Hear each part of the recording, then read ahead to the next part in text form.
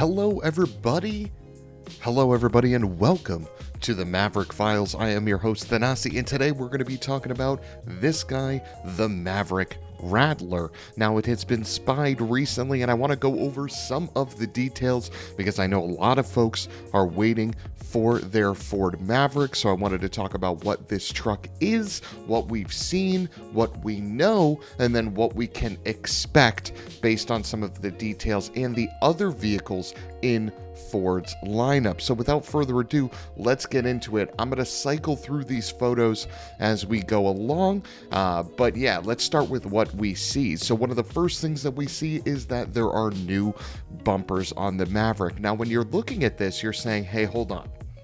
Okay. This is supposed to be some off-road trim.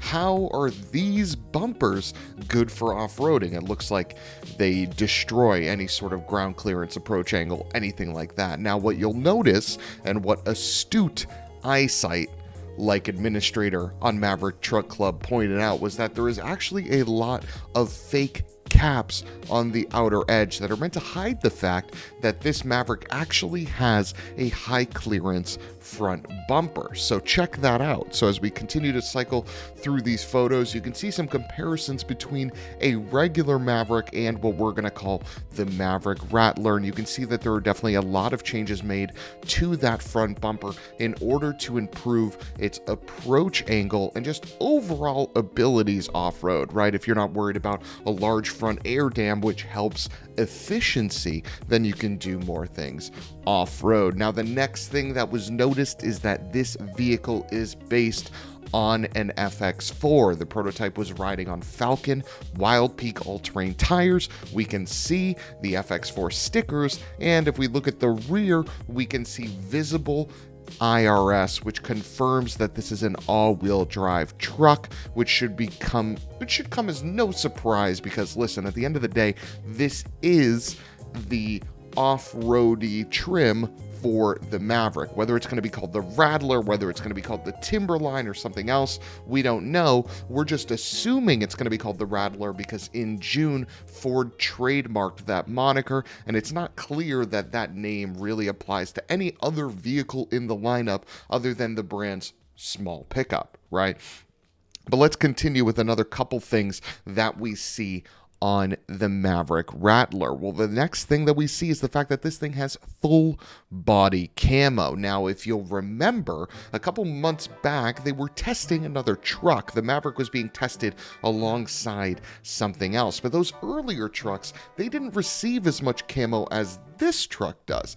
And those vehicles were likely just testing running gear, suspension, and things like that, whereas this truck is testing the full Monty. And this is a good thing. Full body camo means that the styling changes for the Maverick Rattler should be a little bit more than just an off-road bumper and that's it. We're talking about potential changes to the fenders, potential changes to the hood, potential changes to the rear, all things that are exciting when you want a new model. You don't want it to just look like a regular FX4 with a different bumper. You want this thing to change it up a little bit. So those are the three big things that we noticed with the most recent photos of the Maverick Rattler. The bumper, the fact that it's FX4 based, and the full body camo. But the video doesn't stop there. Let's talk about what we expect the Maverick Rattler to be when it comes out on sale in 2022. The first thing we're going to touch on is the engine. Now, I know what you guys are thinking. I do. You might think I don't, because I'm just a guy, with a microphone talking to you through a camera. But I do, okay? What is powering the Maverick Rattler? And why is it going to likely be the 2-liter turbo 4? Now, trust me, okay? If you guys are new to the channel, we recently reviewed a 2.7-liter twin-turbo V6 Bronco, and that engine would be an absolute riot in the Maverick. 415 pound-feet of torque, over 300 horsepower. That engine would be insane, but the fact of the matter is, the name of the game when it comes to the Maverick is the price. And one of the things that can keep the price down is maintaining parity when it comes to the engine. And the 2-liter EcoBoost in the Maverick, while I think it sounds not so hot, does have 250 horsepower, does have 277 pound-feet of torque, and helps the Maverick get from 0 to 60 in mid 6 seconds, which is pretty fine, guys. We're not far removed from the days where anything under a 0 to 60 of 7 seconds was fast. In fact, I wouldn't be surprised if stock for stock, this Maverick in 2-liter EcoBoost all-wheel drive form was actually able to outpace the old Maverick V8.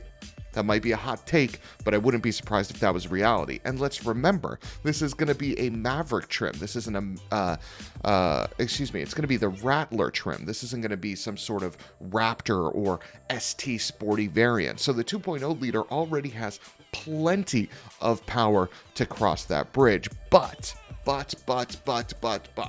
while the engine remains the same, the biggest thing that is likely going to change, that I hope Ford changes for the Maverick Rattler, is the underpinnings of this vehicle. I'm talking about two things. I'm talking about the all-wheel drive system, and I'm talking about the suspension system. So what am I referencing? When I say I hope they change the all-wheel drive system and suspension, what do I mean, and what other vehicles am I basing that assumption off of? So number one, we're looking right at the Bronco Sport. As we know, this truck shares a lot with some of the small Ford SUVs, mainly the Escape, but also the Bronco Sport. And if we take a closer look at the Bronco Sport, a couple things become glaringly obvious that Ford did with that vehicle that make for natural additions to the Maverick. Natural additions, guys. Like, these are things that could easily be applied to this vehicle, like no problem, okay? Number one is the suspension system. The Bronco Sport Badlands is equipped with 1 inch more ground clearance thanks to taller and slightly stiffer springs, all things with this, which this is likely going to get.